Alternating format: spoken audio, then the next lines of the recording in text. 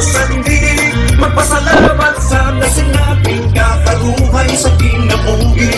Sa ulubo ng kapistahan, halad nato nagsukdan. Halad inasal sa kalisay, halad inasal sa kalisay, halad na namihan, halad alam sa tanan. Inasal na labing kagungkong, inasal na madalihon, manayaw o pagsadya sa kapistahan. Maghalad inasal na kitang tanan. Inasal, di ba Santa Teresa di ka